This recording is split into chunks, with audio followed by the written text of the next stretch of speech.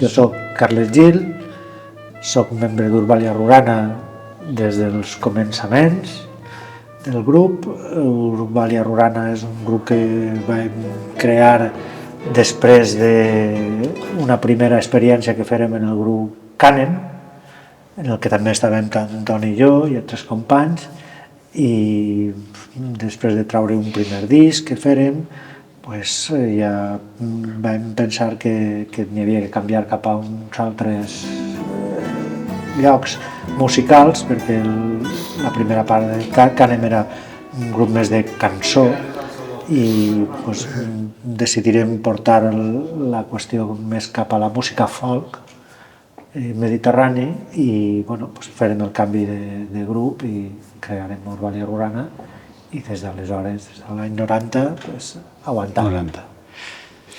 I jo soc Toni Torregrossa i també soc el propietari del local d'assaig que va estar afectat, on teníem l'instrumental i altre material tècnic.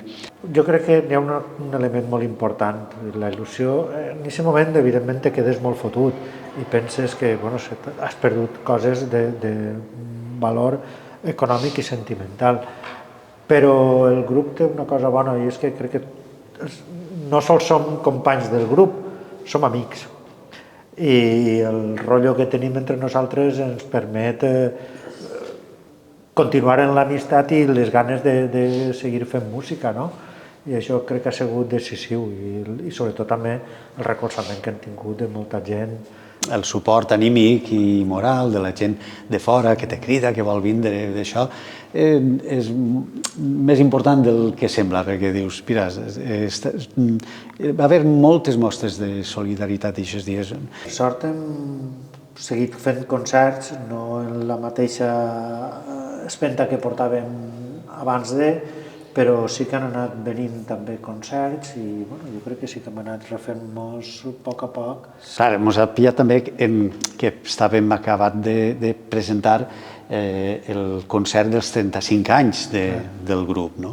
Entonces vam retardar algunes coses, alguns plans, però clar, això ja havíem de tirar avant, era un al·licient per a pegar, seguir espentant, i encara estem presentant el concert dels 35 anys.